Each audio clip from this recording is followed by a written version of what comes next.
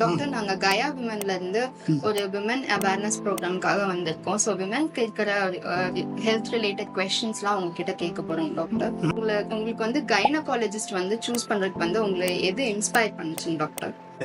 ஒரு சின்ன ஆஸ்பத்திரியில் மெடிக்கல் ஆஃபீஸராக போஸ்டட், அங்கே நான் தான் இன்சார்ஜ். அங்கே வந்து அந்த சின்ன ஆஸ்பத்திரியில் அப்போ லேடி டாக்டர் இல்லை. நான் தான் அங்கே பிரசவம் பார்த்தேன்.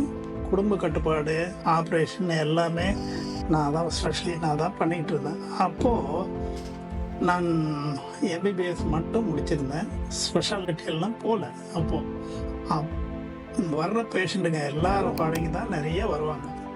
அவங்களுக்கு நிறைய ப்ராப்ளம்லாம் இருக்கும்.